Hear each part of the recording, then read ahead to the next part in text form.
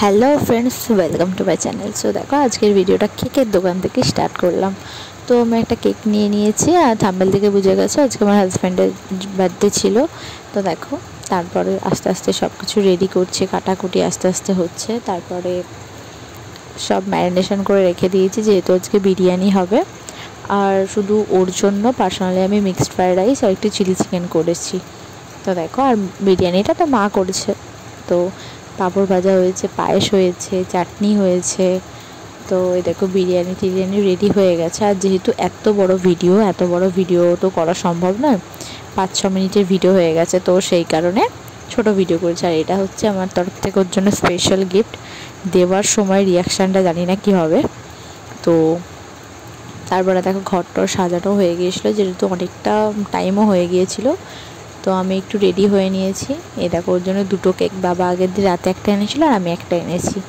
তো এসে গেছে, ওর তো খুব ভালো লাগছে। ওর নিজে বলছে কি আমার নিজের একটা সেলিব্রিটি ফিল হচ্ছে, সবাই ক্যামেরা ফটো তুলছে। তো 2টো কেক একসাথে কাটবে বলছে। আর এই গেঞ্জিটা আমি ওকে গিফট করেছি। Happy birthday my dear husband.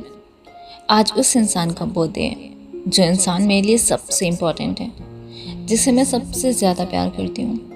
आज उस खास इंसान का स्पेशल डे है जो खुद मेरे लिए बहुत कीमती है। आई एम लकी कि मुझे उसके जैसा हबी मिला जो मुझसे इतना प्यार करता है। তো তারপরে কেক টেক খাওয়া দাওয়া হলো। দেন বাবাকে এবার বলছি, তুমি একটু বাইরে যাও, একটা সারপ্রাইজ দেবো। তো রিয়াকশানটা দেখো।